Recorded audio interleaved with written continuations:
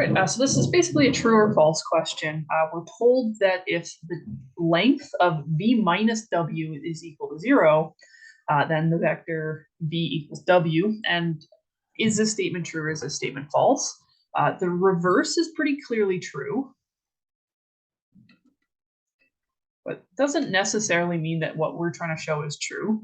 But if v equals w, we know that v minus w is the 0 vector, and the length of the 0 vector is 0. So we do know that much, but that's not what we're trying to show here. We're trying to go in the other direction. We're trying to show that if we know the length of that difference is 0, does that mean that they are essentially the same thing? So basically what this is going to break down to is really this property right here. In fact, the 0 vector is the only vector that has this property.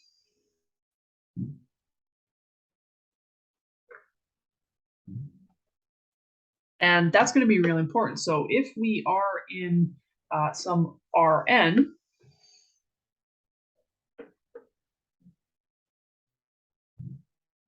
the length of any vector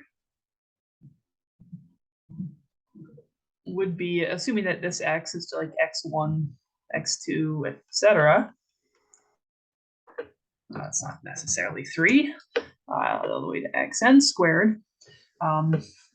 So if this length is equal to 0, the absolute only way that happens is that that sum on the inside must be 0. Now, because all of those things are squared, all of them are non-negative. So every single one of them is greater than or equal to 0. So if one of them is positive, we can't have a negative one come in and counteract that. If one of them is positive, that means that whatever that sum is going to be bigger than that thing. So we can't have a positive one. So in fact, what we must actually have is that they're all equal to 0.